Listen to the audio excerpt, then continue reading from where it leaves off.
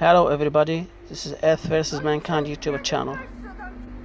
A severe hailstorm has caused widespread damage in Germany and Poland, with reports of hailstones as large as tennis balls pummeling cars, homes and crops. In Germany, the southern state of Bavaria was particularly hard hit, with hailstones damaging roofs, windows and cars.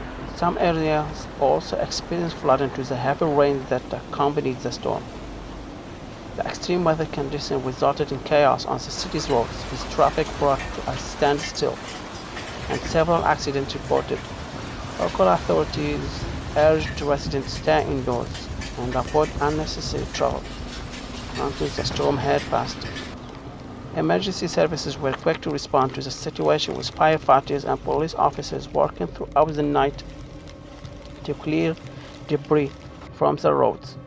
Germany has witnessed severe hailstorms lately.